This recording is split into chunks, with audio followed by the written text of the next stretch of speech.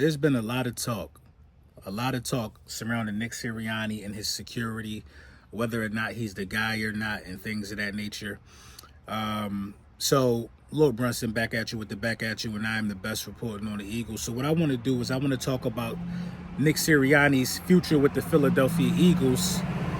I want to talk about it from two sides of the spectrum. I want to talk about it from the perspective that he is the guy and from the perspective that he is on the hot seat. So, I understand. When Joey Taylor and others say, well, he's been to the playoffs 3 straight times. I understand he's a coach that has played in the Super Bowl or coached in the Super Bowl. I understand going 10-1 back-to-back seasons. I understand those things. Those are all positive things when you look at them from the surface level.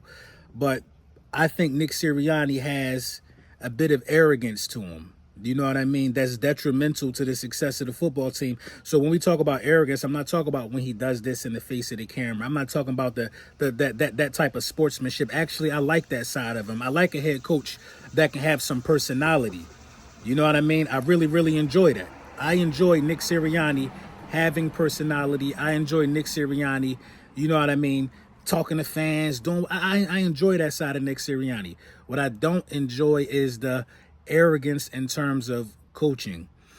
So if you go back to the first season of Nick Sirianni's tenure, when he did make the playoffs, the Philadelphia Eagles were actually, you know what I mean, a very, very pass-heavy team and probably were not going to make the playoffs when everybody knew that with the limited weapons of Jalen Hurts, a rookie Devontae Smith, you know what I mean, you should probably lean a little more on the running game. Nick Sirianni did not like to run the ball. You had that offensive line that was really, really good. You know what I mean? Probably not as good as it is right now, or probably around equal when you take away the Kelsey addition. He didn't want to run the ball until late in the season to where he was like forced to change his game plan. He was forced to change his game plan. That's not what Nick Sirianni wanted to do. And by no stretch of the imagination was Nick Sirianni going to give up on how he wanted that offense to run, no matter if it was the best thing for the team or not at the time.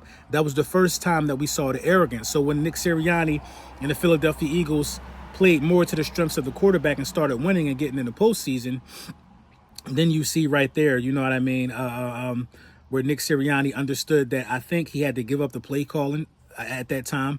So I'm not really sure if that ever really sat well with Nick Sirianni. That brings me back to the arrogance thing. That never really sat well with Nick Sirianni when he gave up the play calling around that time of the season.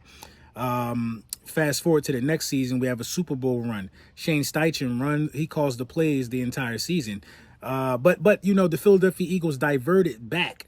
They lost to the Bucs that first year of Jalen Hurts being a starter. That diverted back to, throwing the ball a lot more against the Bucs. And the Bucs have a good defense this year, if my memory serves me correct. But, he diverted to who he was, and that's another sign of the arrogance that I'm talking about.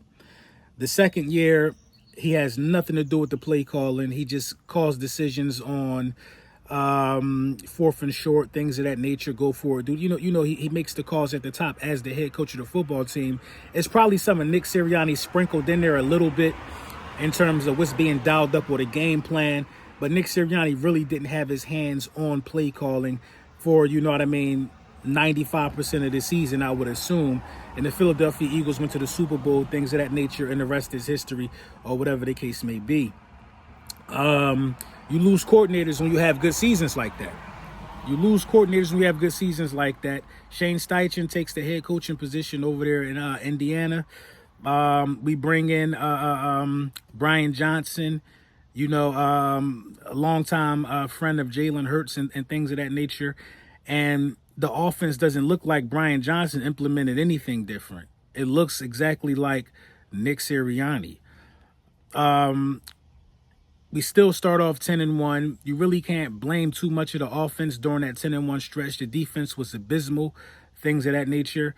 But we'll get to that in a second, how the arrogance of Nick Sirianni bled over to the defensive side of the ball, in my opinion. When you have a team starting off 10-1 and you have a defense that just can't get right, when you're the head coach of the football team, you have to have a strong side of the ball that you gravitate towards, or that you can, be of some asset to. whether it's the offensive side of the ball calling plays as a head coach or the defensive side of the ball calling the defense as the head coach, especially if one of your coordinators is having a hard time.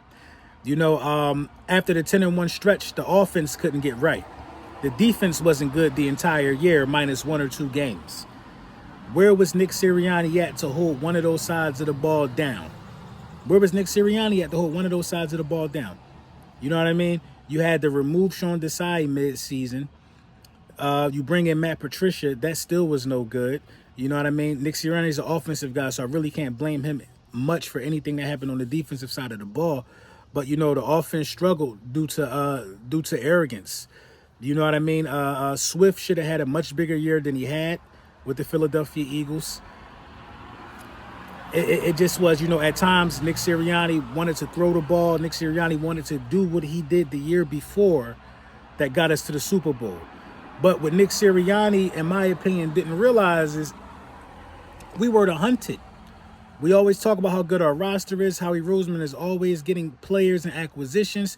People had us on their schedule. You know what I mean? People played us different. People watched tape on us. People watched tape on Jalen Hurts. Jalen Hurts was the second best player in the league last year. You know what I mean? Second team All-Pro. You know what I mean? People watch tape on us, so you can't come out and do the same thing. That's another huge, huge sign of arrogance to me. Then you get to the Tampa Bay Buccaneers game. You know what I mean? And I haven't been the biggest Nick Sirianni fan since this game. You go into this game, you missing A.J. Brown. You know what I'm saying? Devontae Smith is your only target, is your only guy. Quez Watkins really ain't worth much to you right now. And you abandon the run to a magnitude that leaves Jalen Hurts on the island with free blitzer after free blitzer after free blitzer.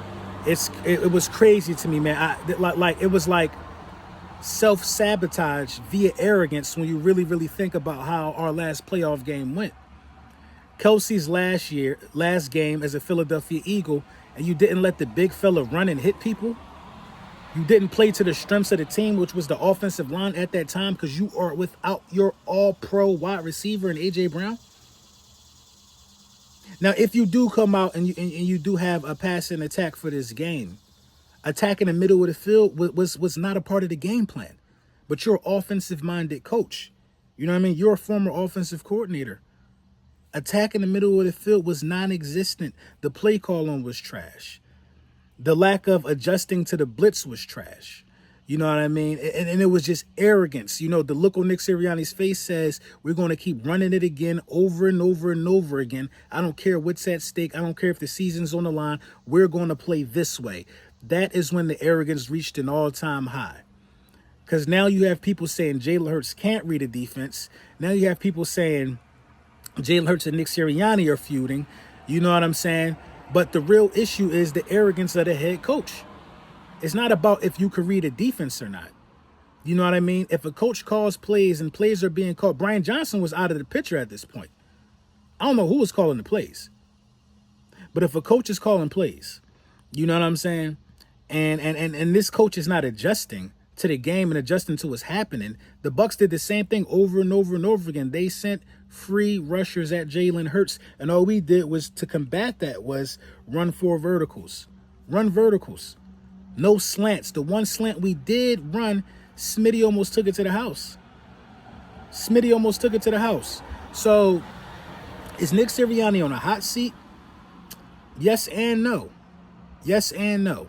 I believe Nick Sirianni can be, thought of as on a hot seat if we still see things in Kellen Moore's offense that we've never seen before. Like if we don't see Jalen Hurts under center, if we don't see screen passes to Saquon Barkley, then we know Nick Sirianni got his fingerprints on this. If we don't see quick passes to get the ball out of Jalen Hurts' hands and get it into the playmakers' hands and things of that nature, we know Nick Sirianni got his hands on this. If we don't see one of our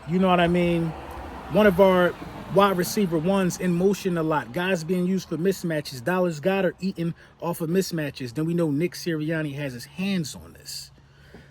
If Nick Sirianni has his hands on this and things look the way that they look, absolutely Nick Sirianni's on a hot seat. But if Nick Sirianni gives it up and puts it in the hands of Kellen Moore, then Nick Sirianni will be an Eagles head coach for a long time.